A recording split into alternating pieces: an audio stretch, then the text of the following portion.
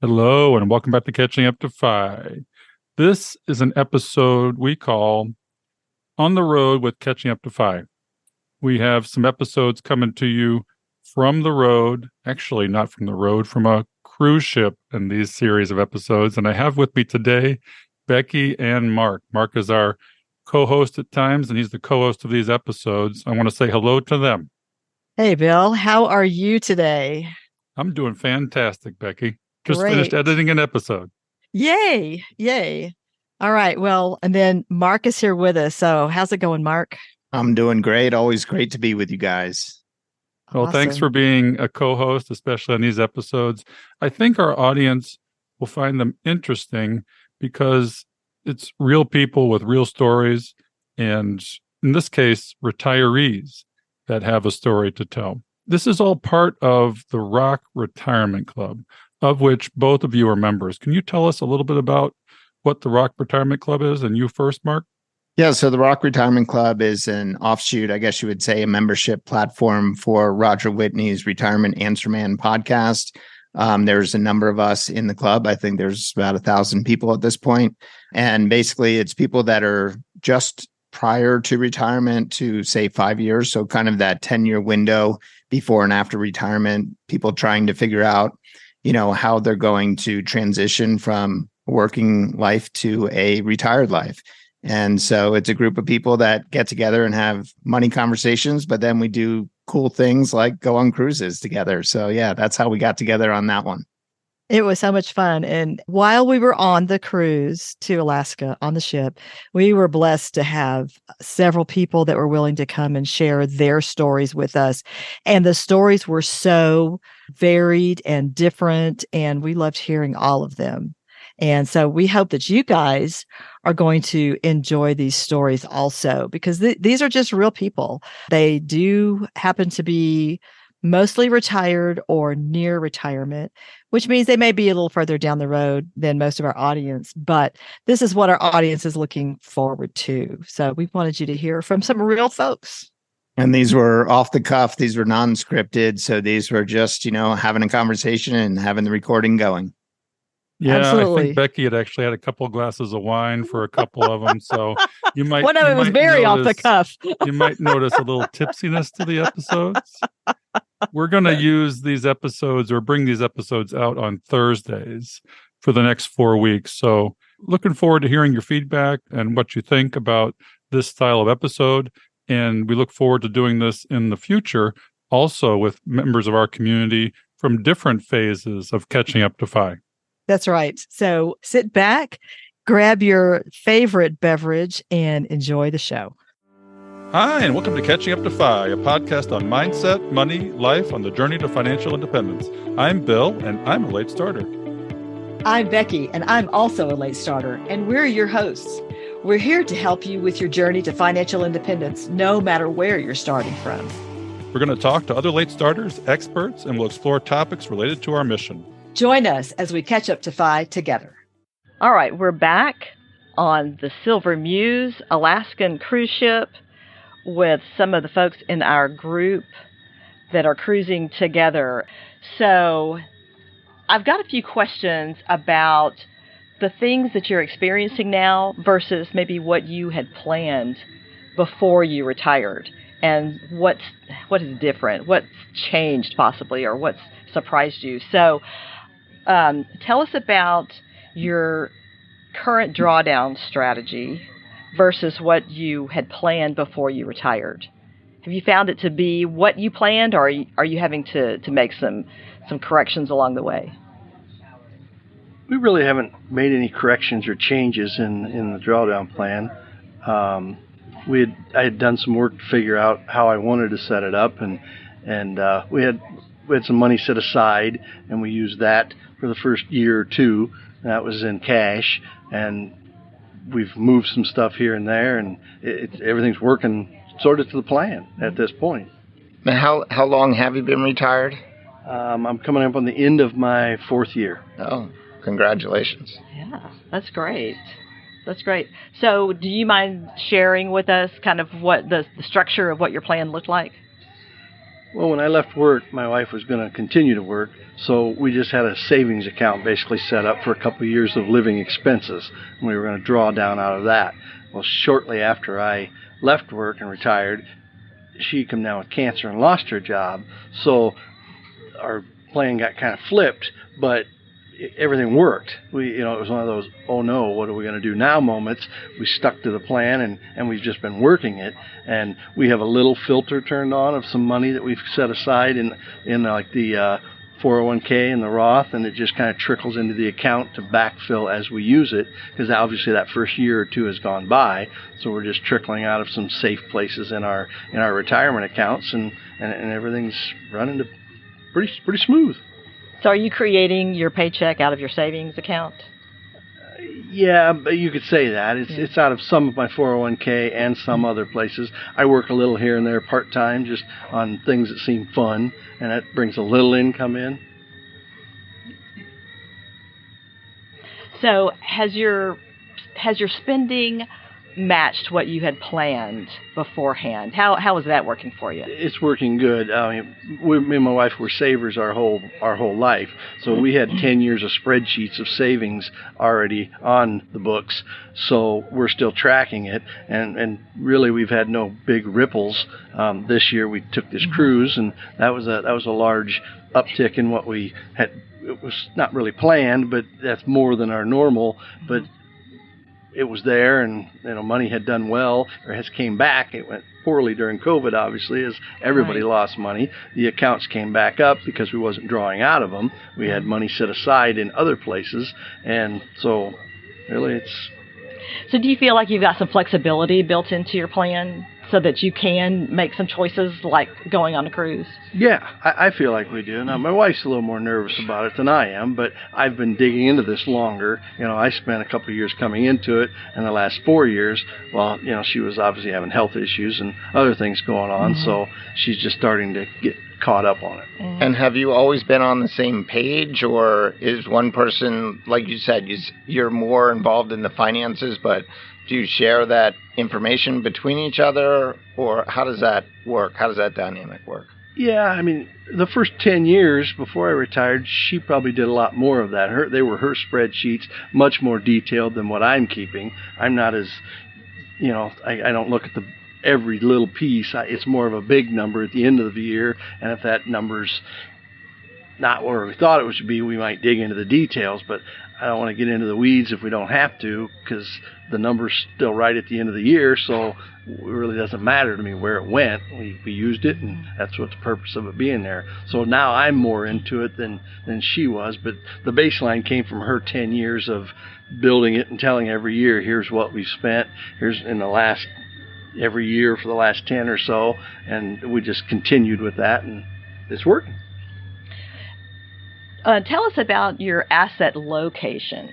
So I think you mentioned Roth, and I don't remember, did you say you had a 401k? Yeah. When I left my company, we had the rule of 55. So I left some money in that account so that if some emergency came up I was 55 and a half when I left, we'd be able to go get money out of that account without any penalties or anything like that. Then we moved everything else to another, basically a 401k or a IRA account, and then we have a Roth account that we had been putting in for years. So I've only messed with the two accounts. The one that's at my company is still sitting there because I'm not 59 and a half yet. So if an emergency comes up and we need a chunk of money, I can get it there without paying penalty on it. Mm-hmm. So as far as the money that you live on month to month, you said you had a little bit of income. So is most of your income coming from your portfolio, or what? How is that split up between? How is your income created? I would say most of it is coming from our portfolio. Probably 10 to 20% might be coming from some outside income, because every year it's chunky. I don't have it's not a steady job. It's just somebody calls and says, hey, can you help me with this? Can you help me with that? Sometimes it's yes. Sometimes it's I'm too busy for that. I'm too retired to do that. And do you have like a pension or an annuity or any other kind of guaranteed income of any type? Right now, no. We don't have a. We've looked at them. We've talked about them. I mean, there's no pension at all. We've looked at and talked about annuities, and maybe down the road a little bit we might pick one up. Obviously, there's Social Security coming, but that's a little ways away. And do you have have you thought about when you're going to claim Social Security, or what the plan is there, or how you would do that? Right now, if I had to write something down, I would claim it late because I'll be the higher earner, and my wife will claim it sooner. But that's subject to change pending year to year health and issues like that. Do you mind telling us your age right now? I'm going to be 59 years old in a couple days. Okay. Cool. Well, happy early birthday. Happy birthday. That's right. That's right. Is it going to be while we're on the cruise? That's the next question. Yes, probably. By the time this airs, I will already have my birthday. Now, well, we're trying to figure out, should there be some cruise celebration for so-and-so's birthday? Some planning needs to happen here. So, another question, do you have any real estate? Or have you done real estate as an income source in the past? No. We have our home that's paid for, obviously, and some of our portfolio is in some real estate, but we don't own any land that generates any income or could generate any income. Mm-hmm. So your home is paid for? Correct. I feel this way, and I've heard a lot of people say that they really like entering retirement with their home paid for. So that's how did you feel about that? We felt that way the whole time. We was going to go into retirement with zero debt, or I wouldn't have left. That it just felt safer to us to have no debt, no. You have your monthly bills that you can get around and adjust some of them, but we didn't want to have a payment that's steady. And our plan is to never have another payment. So. Did you relocate, or are you still living in the house that you were in when you retired? We still live in the same place. Okay. I have no plans at this point to do any relocations. But again, we're young. Would you say that's a high cost of living area, low cost of living area, average? Average to maybe low. I mean, we're in northwestern Illinois, so it's not the highest. There's a lot of places that are way higher, and there's probably quite a few that are lower, so average, I'd say. So probably a place that you'll continue to stay for a long period of time, so no need to move for lower cost, right? Yeah, I don't think we'd have to really downsize to save much. We have a pretty frugal lifestyle, and home is pretty low cost. Cool. So was there anything that you could think of that was a surprise to you during these 4 years of retirement? It's like, wow, I didn't expect that. Or had you pretty much planned everything Well, we had planned for A, B, and C for health care. That's the big one everybody talks about. Well, we made it to B, obviously, because A was my wife was going to work, and that stopped. So we went to B, and then, there's always C, but hopefully we won't have to get to C. And so what is B then? So B is we won't use the Affordable Care Act. And that's worked out really well for us. I learned a lot about it quickly because I was thrown into it. We had weeks that we had to get it figured out in, and I guess that's the best way for me to do it. I just sat down on a computer and called people I knew and went through every aspect of what we could and couldn't get, put it all on paper, and said, this is going to be the best solution for us, so let's go, because we couldn't use an outside health company because my wife had already been diagnosed. So, any insurance, private insurance was like, yeah, no thanks. And are you able to get any subsidies for that, or are you paying the full, freight without subsidy? We get quite a bit of subsidy because we can control our earned income through the different plans that we have with the Roth and the jobs that are coming in, and so I don't have a great amount of earned income. So right now, and I don't know how long we'll be able to do that, but right now we're able to take advantage of subsidies. And so for someone who is before age 65, would you say that it is something that you should or should not be afraid of as far as potentially retiring, before Medicare? In your experience, have you found it to cover everything that you need? Yes, I tell my friends it's probably some of the best health care we've ever had, but it is in my research, it's state to state, county to county, zip code to zip code. It can vary greatly. So my sister lived in the state next to us in Iowa. it was completely different when I started researching it for her, what was available and the deductibles and the out-of-pocket max. I was really surprised the difference in the plans from one place to another. I did not have to look to the ACA for any health care. We went straight from what my husband had at work to COBRA, then to Medicare. So we didn't have a gap that we had to fill like that. And we've discovered that there are folks like Boomer Benefits that will help you make Medicare decisions. Is there someone that you can go to help you figure out the ACA, or is it something you just research on your own? When I started, we had went to an independent agent, and they started talking through the options and told us what's available and what's out there. Mm-hmm. And we said, well, we think, we've been to the doctor. My wife's diagnosis is coming soon. And he said, well, if we can get you a policy this year before she's diagnosed, we'll be okay. Otherwise, you'll have to go with this. Well, it so happened we was diagnosed before we got the independent policy put in place. So I sat down and went through it. It worked out pretty good for me, but I enjoyed kind of digging through the weeds and doing the details. There are companies, a friend of mine's sister, she retired and had done no homework, and I turned her on to Boomer Benefits because I'd heard about them through some podcasts and stuff, and she said they were excellent to work with, just excellent to work with. They took care of everything for her. So I don't know if Boomer Benefits does the ACA side of it more. I think they're more on the Social Security side, but there are independent insurance agents that are versed pretty well in the ACA if people would need the help. Okay. So our audience is mostly made up of late starters. Do you have any specific tips from your experience that you would share with somebody who is starting late and trying to get their money, headed in the right direction with handling things for retirement? Yeah, if you're starting late, I guess I would just say to someone, if the reason you're behind is because you're living outside your means or you're spending more than you're saving, you really have to buckle down and look at that. And you have to have the numbers in front of you. Yeah, you have to know your numbers. You have to know what you're spending. I have some friends that they have no idea what they're spending. They don't track anything. They don't know what they've spent in the last 15 years. And they're just like, well, I'll figure it out when I get to Social Security, I guess. Well, that's tough. It's going to be tough because you have to know your numbers, I guess is all I would say. And if you don't want to understand your numbers, find somebody who can help you understand your numbers, because you never know if it's going to work if you don't know your numbers. And I have one question for you on that respect.